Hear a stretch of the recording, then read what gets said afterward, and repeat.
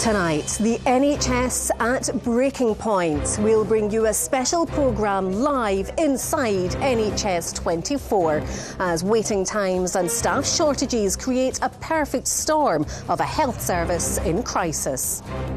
If you've got 17 ambulances waiting 5 hours, who's going to respond to patients out there that are having heart attacks at that point, who need help, who people are dying? And we're out on shift with an ambulance crew. Hearing how paramedics are being stretched to their limits. We're getting 9-10 hours without a break most days, and it's not sustainable, unfortunately, and it burns us out. Also making the headlines, absolutely shocked. Rishi Sunak's reactions to allegations the Conservative peer Michelle Mone profited from a firm awarded a PPE contract. And winter bites as temperatures drop, with things set to get even colder. I'm Kellyanne Woodland at NHS 24 in Glasgow. And I'm John Mackay in the studio. This is the STV News at 6.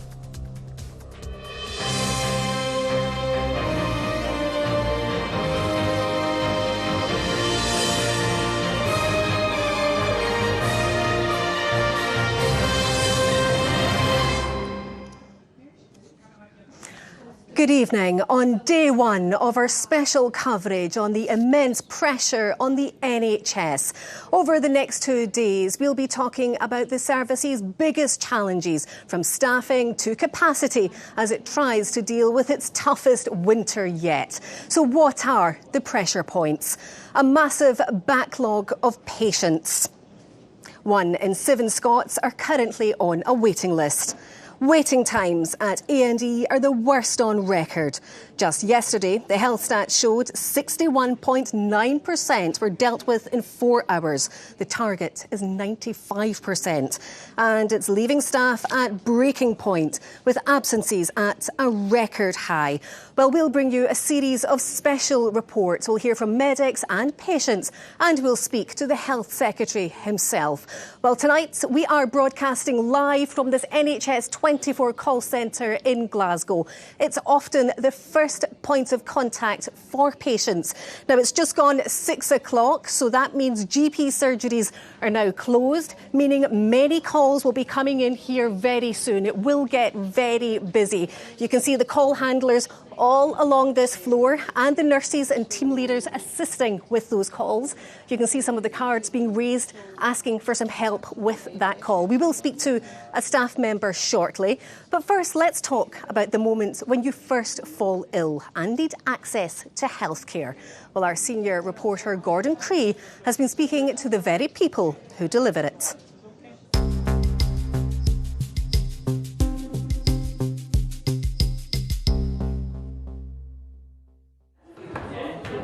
Christmas is coming at Pennycook Health Centre, but there's no let-up in demand.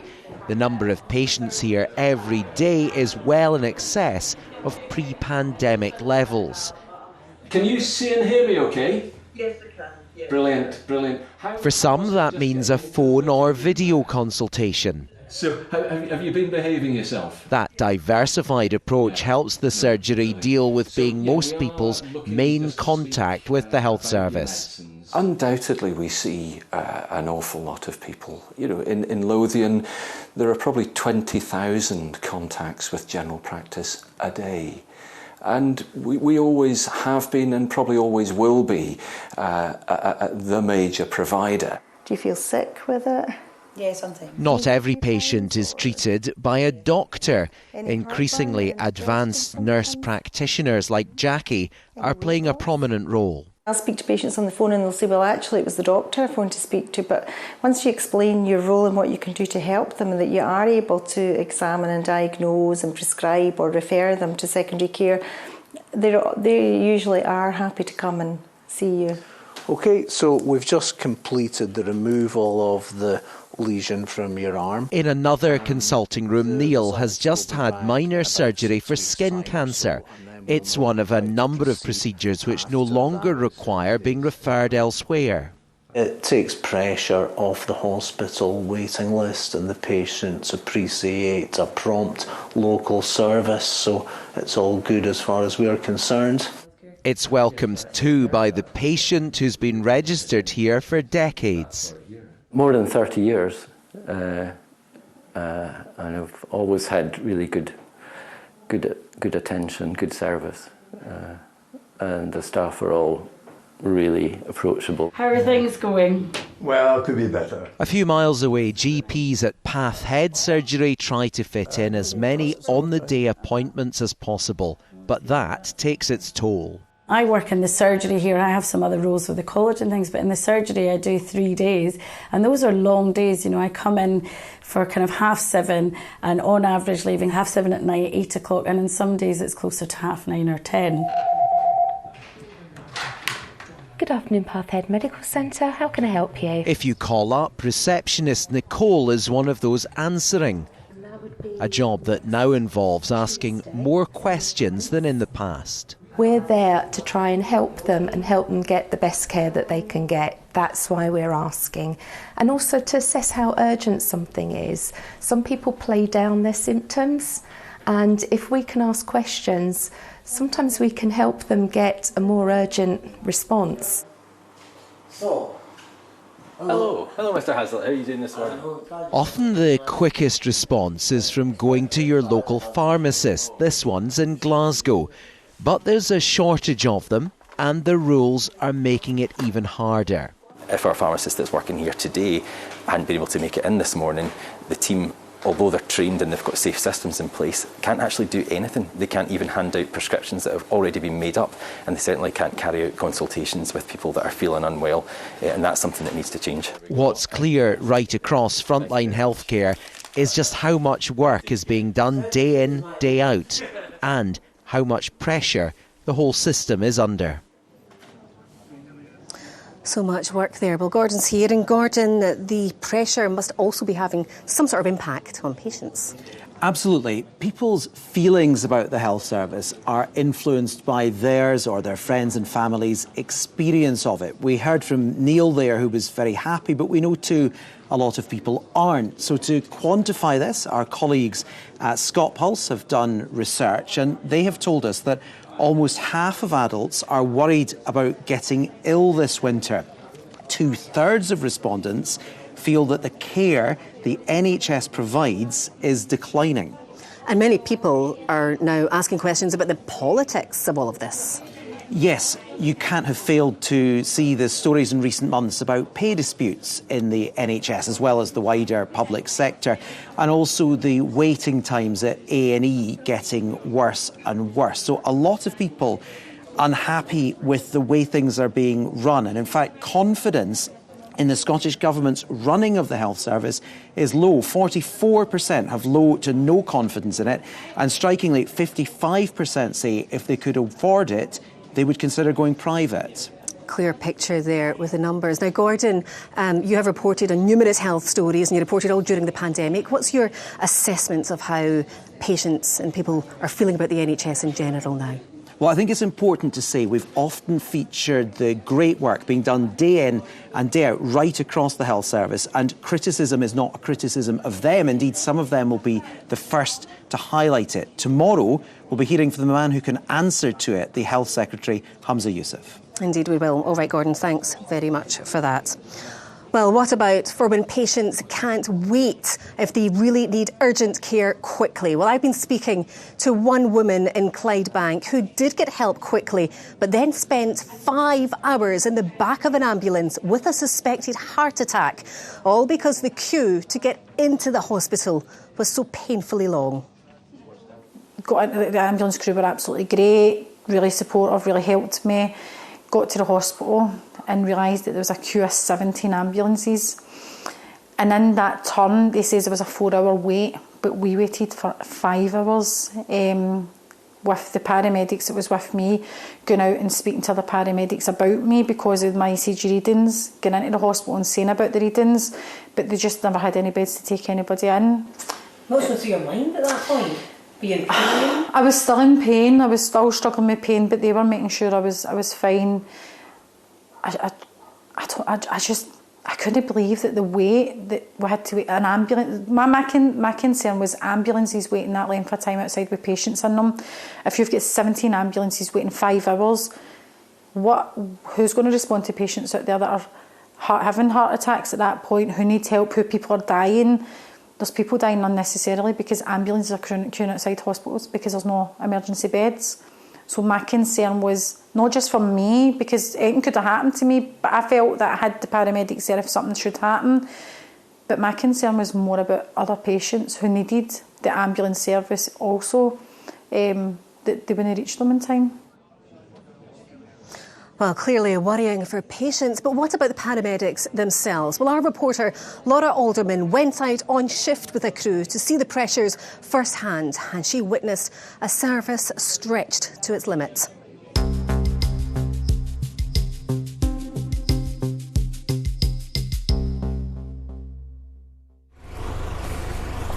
A dreich dawn hangs over Edinburgh as paramedics Blair and Dee begin their shift.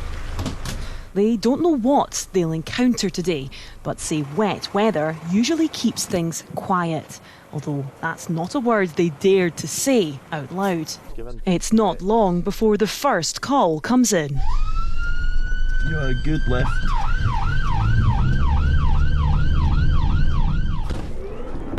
The patient inside is treated but doesn't need to go to A&E. Call-outs like this are common, Blair says, as cuts to funding in other areas of healthcare mean they're picking up the pieces. I think everyone's so understaffed. I just think that the infrastructure's not there for everyone to get the help that they need and access the help that they need.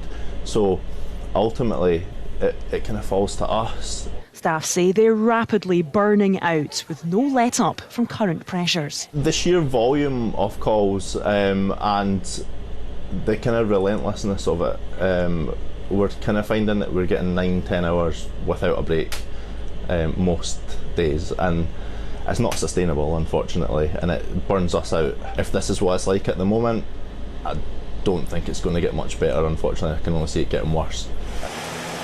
While widespread strikes over pay and conditions are set to take place across the NHS this winter, paramedics have suspended industrial action for now. I don't think our wage reflects what we do. I think if everyone could see what we do on a daily basis and the lengths we go to help some people, I think it would show that we're vastly sort of underfunded for what we actually do as a job. It's kind of just never really eased. We're kind of constantly waiting on the ease up. Massive influx of calls, the hospitals are packed. It just seems to be sort of a never-ending circle that we're going through. With increasingly long waits for ambulances, staff are often confronted with abuse. Because we're patient-facing, so essentially, I understand that's who the public basically are speaking to. That's who they're going to see. It's going to be us. But we don't have the answers, all we can do is apologise, because you can feel, you can sympathise with the patients, and that's the problem. You understand and you wholeheartedly agree that they shouldn't be waiting, and they shouldn't be waiting to go into hospital, so you can totally sympathise with it, so it's more frustration. It's just been made amber because we can't get in touch with them. We can't get in touch with them. Soon after our chat, Dee and Blair get another call out. Patient is a bit frail, not very well at the minute, so he'll be coming up to hospital with us. Even if they're nearing the end of their shift, the crew here know that if an urgent call comes in, then overtime is on the cards. Figures show that in the last 5 years, more than 3.3 million hours of overtime was worked by ambulance workers. Overtime that's so easy to build up when pressures inside A&E mean crews can't hand over patients and then get to their next job on time. Instead, Blair and Dee are stuck here for well over an hour, and then their shift ends. O'Malley, we're clear, but we can't get out. Regardless of how difficult it is to work in my job under the current pressures, I wouldn't change my job at all. I would just like to feel that it's appreciated. I think everybody's a bit disheartened and sort of left with no real answers as to whether this is going to get better. So we kind of feel like we're the sort of left to deal with it regardless of whether it gets better or whether it gets worse. Another day comes to a close. This crew will be back on duty tomorrow, ready to respond. Laura Alderman, STV News, Edinburgh. Well, back here, staff are still very busy answering calls. And do you know, yesterday the service took its 28th millionth call, and that was taken here at this Glasgow centre just over there. Now, there's no question this service has had to adapt to the changes and the pressures of the system. Let's have a chat now with the Director of Nursing and Care, Maria Doherty. Maria, talk us through what changes have happened over the last few years to this service. There have been a number of developments over the last few years, but some of the key areas are around urgent care and mental health care, where the public can now access us through our 111 line if they are in need for any urgent care or mental health care, and that's 24/7, 24 hours a day, 7 days a week. We've also got developments for NHS Inform, where we've included more content onto NHS Inform, and this week we're launching NHS 24 online app, where the public can download that onto their phone and get more access to information from there. So lots of developments for sure. Talk us through what happens when someone calls 111. We have call centres across the country very much like this. There's a multidisciplinary team of clinicians and support staff. The call comes in, a call handler will take people through their personal details and also then why they're calling, and then we'll look at the clinical decision, and they're supported by registered nurses, pharmacists if needed, and if required they're then forwarded on to their local health board if they need contact or a face-to-face assessment there. Now, you have faced criticism though for call wait times. What are you doing to address that? We absolutely acknowledge that at times, on some days, the call wait times are too long, and we're doing a few things. We're recruiting staff, we're recruiting call handlers, we're recruiting call operators, registered nurses. We're also looking at our service, the way we work, how can we work more efficiently and more effectively, but that's always underpinned by safety and quality measures. All right, Maria, and a very busy time ahead, I'm sure. Well, thanks very much for joining us live on the STV News at 6.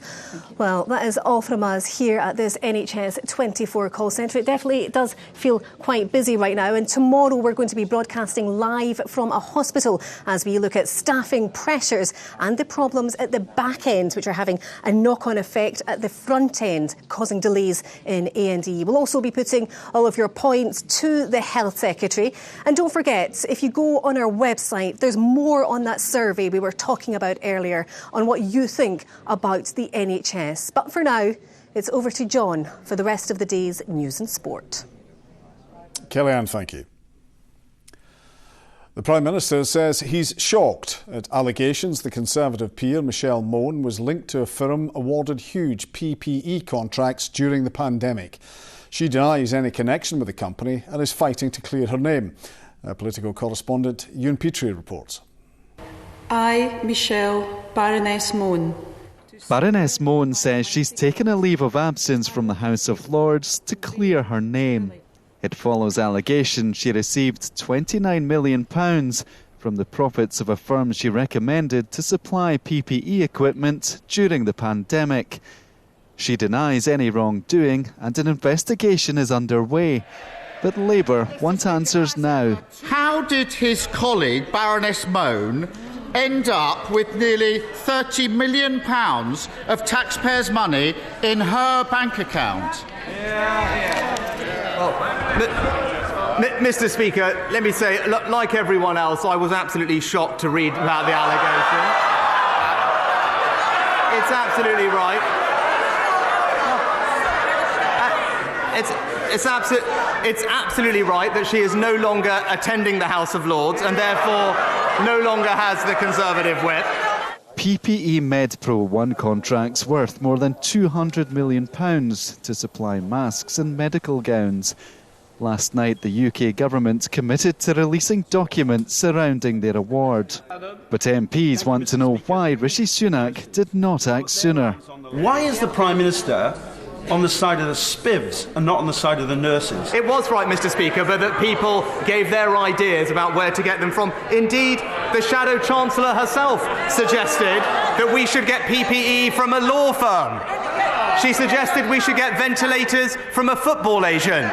Everyone was trying as hard as they can. We should remember the context and stop playing politics. Baroness Mone is also the subject of an inquiry by the Lord's Standards watchdog. That has been paused while the matter is the subject of a criminal investigation. Ewan Petrie, STV News. It's likely buffer zones will soon be brought in around clinics offering abortion services in Scotland. The Supreme Court has ruled legislation to ban protests outside clinics is lawful. Caroline Lewis reports. It was a unanimous decision. A woman's right to access healthcare with dignity outweighed the right to protest outside clinics. The restrictions imposed by the clause are justifiable and that it is within the Assembly's legislative competence. Similar legislation has been backed in Scotland in principle, and it's hoped today's result will quash any remaining doubt. The fact we've now got the outcome and it was so unanimous in support of the Northern Ireland bill, I think we're at a great spot where we can just really pick up pace on this and we can really sort of move forward with getting buffer zones set up around all clinics providing abortion in Scotland. Anti-abortion campaigners say they will continue to challenge any bans. But Scotland's Women's Minister welcomed the ruling and said the government would be looking to bring in buffer zones as soon as possible. We are working really hard on this. We have been working on it for a number of months. This gives us great clarity and a good step forward. We will work as fast as we possibly can to deliver robust legislation that protects women's rights. It's unclear how quickly the zones could be enforced, but if today's ruling acts as a precedent, it's now more likely to be sooner rather than later. Caroline Lewis, STV News. In other news, dozens of secondary schools closed as two teaching unions began a two-day walkout. The NASUWT and SSTA are striking over pay. It follows a walkout by the EIS last month. Border Force staff at Glasgow Airport are striking for 8 days at Christmas. PCS members at Passport Control and 6 UK airports will walk out between the 23rd and 31st of December. A new poll suggests more than half of voters in Scotland would back independence in a referendum. The survey, conducted by Ipsos Political for STV News, found support for independence has risen by 6 points since May. Colin Mackay reports. The Scottish Parliament does not have the power. That was the ruling of the Supreme Court 2 weeks ago. The SNP accepted that and said they would make the next Westminster election a de facto referendum. We are here as representatives of Scotland's independence movement. Ipsos polled more than 1,000 voters after the court decision and found an increase in support for independence, almost the mirror image of the 2014 referendum result. A general election is due in the next 2 years. The poll suggests that if it were held tomorrow, the SNP would get more than 50% of the vote, something they've never managed. And if it was perceived to be a de facto referendum by voters, the SNP could get even more support. The loudest message is for the Westminster government. You cannot stand in the way of democracy. A poll last week put Labour support slightly higher, and just this week they re-engaged with the constitutional debate. I don't believe there is a consistent majority in this country for a referendum or indeed for independence, but neither do I believe there is a majority for the status quo. But there is a vast majority in Scotland and across the UK for change. Labour must be that change. I think the SNP's independence obsession is the wrong priority at the worst possible time. What the Scottish people want both our governments to be focused on just now is the economic recovery and seeing our country through the cost of living crisis. This poll suggests the Conservatives could lose all their seats in Scotland, although it takes no account of tactical voting in different parts of the country. This is actually the second poll in the course of the last week or so to put yes ahead. So if anything, perhaps support for independence has gone back above the 50% mark, although of course undoubtedly Scotland is still very evenly divided on the subject. This is just a snapshot of opinion over the last week or so. There's a long way to go before the next general election, and we'll have more on this on Scotland Tonight. Colin Mackay, STV News. Raman has the sport.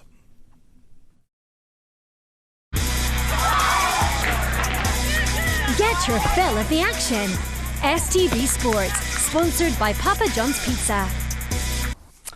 Rangers chairman Douglas Park has survived a bid to oust him at the club's annual general meeting and will continue in his role.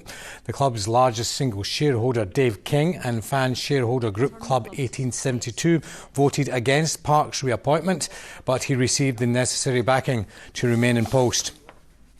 News from Partick Thistle, and all but one of the club's directors, including Chair Jackie Lowe, have resigned. The board have been under mounting pressure, with some supporters accusing them of not delivering a full fan ownership model for the club. The Partick Thistle Football Club Trust, which is the majority shareholder, will work closely with fans group the Jags Foundation moving forward. And that, folks, is all your sport for me tonight. I'll see you again tomorrow. Get your fill of the action. STV Sports, sponsored by Papa John's Pizza. Now, Philip has the weather. Things are hotting up.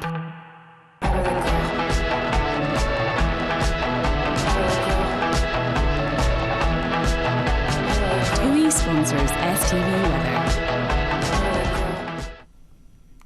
Well, as you'll have heard over the past few days, we are in the midst of a significant cold spell and what could possibly be one of our coldest Decembers in several years. Normally at this time of year, we'd be seeing daytime temperatures averaging around 7 degrees Celsius, but come the weekend, temperatures only reaching highs of around 1 or 2 degrees during the day, and it is remaining cold as we head into next week. Back to just now, though, and as we head through the rest of this evening and overnight, there's very little change from what we've seen through the course of the day. Most of the wintry showers staying confined to the north of the country. Here, it is remaining dry with clear skies overnight and light winds. That's allowing temperatures to drop away quite quickly. We will see a widespread frost forming and also the chance of some icy patches. So do take care if you're heading out and about. Temperature-wise, rural spots getting down to around -6, possibly -7 degrees Celsius. Looking ahead to tomorrow, we'll start the day similar to today, cold, frosty, and we keep a hold of that hard frost through the course of the afternoon. But for many central, southern and eastern parts, it will remain dry and bright through the afternoon, but it does remain quite cold, with temperatures remaining low, highs widely of between 2 and 4 degrees Celsius. Looking ahead to Friday now, we'll see further wintry showers again, mostly across the north of the country, feeding in on that northerly airflow. The best chance of any drier or brighter conditions further south, with highs of 4 degrees. Bye-bye. TUI sponsors STV Weather.